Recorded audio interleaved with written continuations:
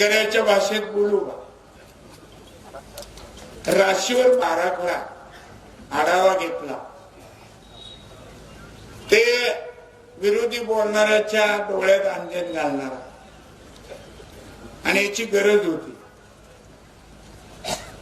खासदार काय करू शकतो आणि खासदारांनी काय केलं हे या निमित्तानं सर्व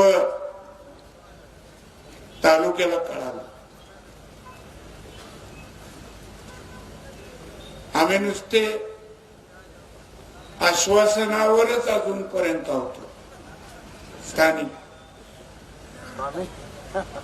स्थानिक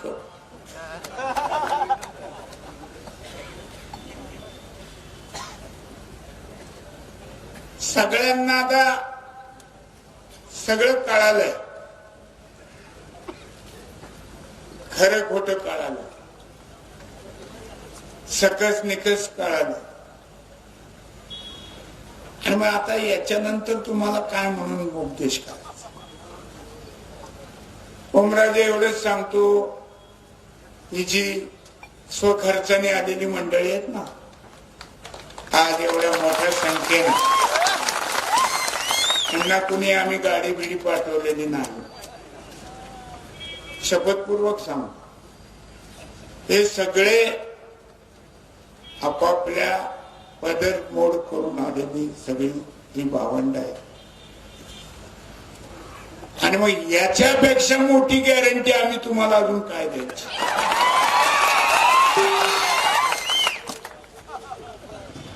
आणि टेम्पररी कंपनीची परमनंट गॅरंटी नाही आहे, परमनंट कंपनीची परमनंट गॅरंटी.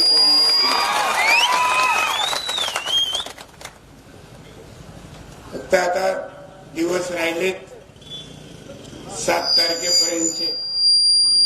आज 2 संपले.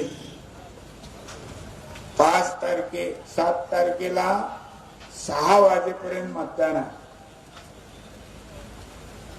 जास्तीत जास्त मतदान हे आपल्या तालुक्यातून झालं पाहिजे.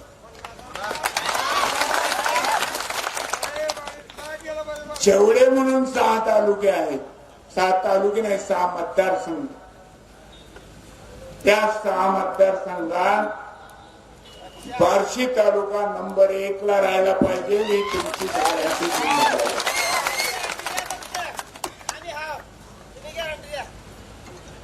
मी एकटा गॅरंटी देत नाही कधी,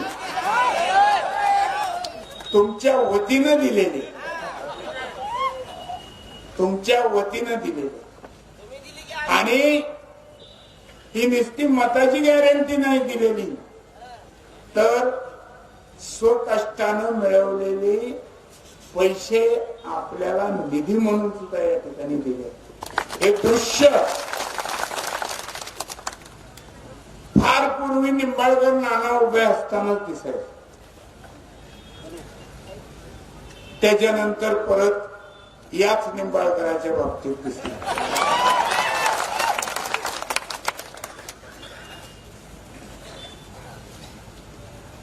आणि उगाच कोण कुणाला कष्टाचे पैसे देत नाही. आम्ही पानगावला सभा घेतली राहते, काल परवा घेतल्या, परवा दिवशी.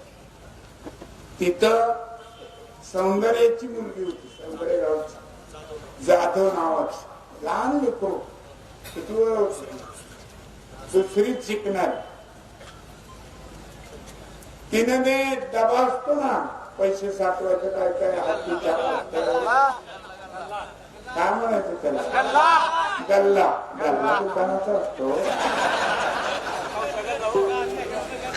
दुकानदाराला आवडलं, त्याला वाटलं, त्याला विनंती करतो काय तुझ्या गल्ला विक्री येतो नाही रे बाबा. तिने साठवलेले पैसे खाऊसाठी किंवा तिला पाहुणारावळा आल्यावर दिलेले, वडिलांनी दिलेले, आईने दिले. तिने काल स्टेजवर येऊन ते दिले. काल तिथं तुमच्या गैरहजेरीत ते दिले. अजून काही सहकार्यांनी सुद्धा काल ते दिलेले.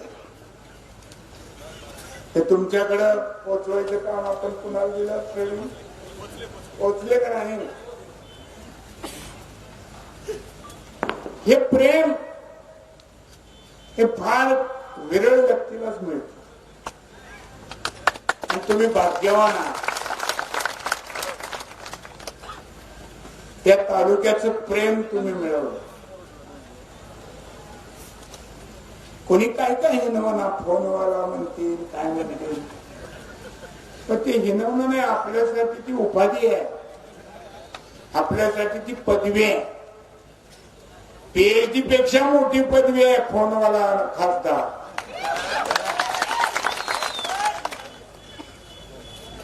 माग मुंबईत म्हणून काही गोरे होत्या समाजवादी पक्षाच्या, त्या लाटणं मोर्चा काढायच्या पाण्यासाठी. त्यांना सुद्धा पाणीवाले बाई म्हणून आम्ही सुद्धा आजपासून आमचा फोनवाला खासदार म्हणूया. असतं सामान्य माणसाचं काम.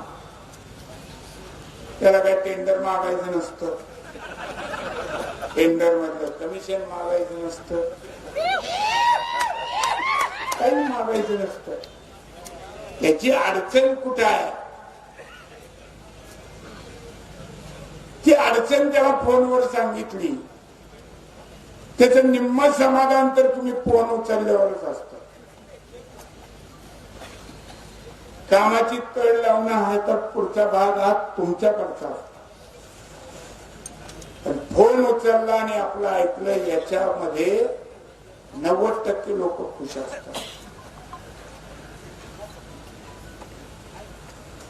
मला एकदा असाच फोन आला. माझे फोन तर लय विचित्र येतात. मला मागे सांगितलं होतं बा, कामाचे तरी येतातच येतात, पण काय काय जण उशिरा बसलेले असतात, त्यावेळेस पण येतात. आणि ते कशासाठी येतात? एवढ्या रात्री आपला फोन उचलला का नाही स्वप्न, म्हणून तो स्पीकरवर टाकून सगळ्याला ऐकलं. काम काही नसतं. कस काय सर झोपीची आहे का? नाही म्हणावं तरी पंचायत,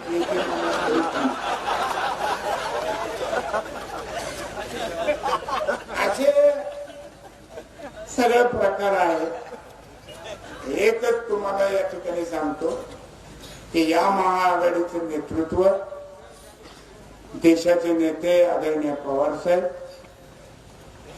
देशाचे नेते आदरणीय राहुल गांधी साहेब, आणि ज्यांनी कोरोना काळात संपूर्ण देशात नंबर 1 मुख्यमंत्री म्हणून काम केलं ते उद्धव ठाकरे साहेब.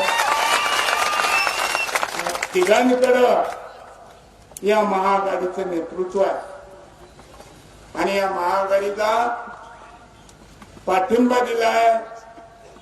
या आपल्या मराठेशाहीचे तत्कालीन सेनापती मल्हारराव होळकर यांचे वंशज, अहिल्यादेवींचे वंशज माननीय भूषणसिंह होळकर साहेब यांनी आपल्या महाविकास आघाडीला पाठिंबा दिलेला आहे. राष्ट्रवादी शरद पवार पक्षात त्यांनी प्रवेश केला. त्याचबरोबर संयुक्त महाराष्ट्रासाठी त्यांनी आपला बुलंद आवाज व्यक्त केला. काल 1 मे आपला महाराष्ट्र दिन होता.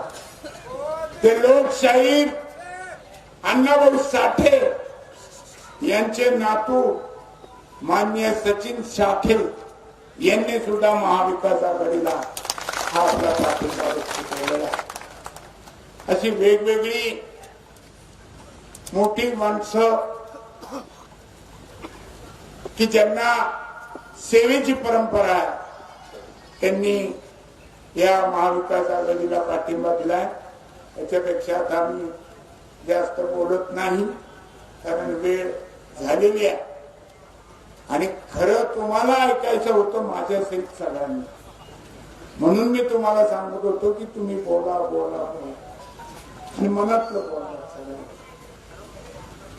परत एकदा सगळ्यांना सांगतो की दक्ष राहा, आमिष येतील, दडपण येतील, केसेस होण्याचा संभव आहे, त्याला कशालाही घाबरू नका. पुढे आपणच आहोत, त्याची काळजी करू नका. तीन गंभीर माणसं देशातली आपल्या बरोबर आपल्या पाठीशी आहे आणि त्यामुळे मशाल हे चिन्ह 7 तारखेला त्या चिन्हापुढचं बटन दाबून माननीय ओमराजांना प्रचंड मताने विजयी करा.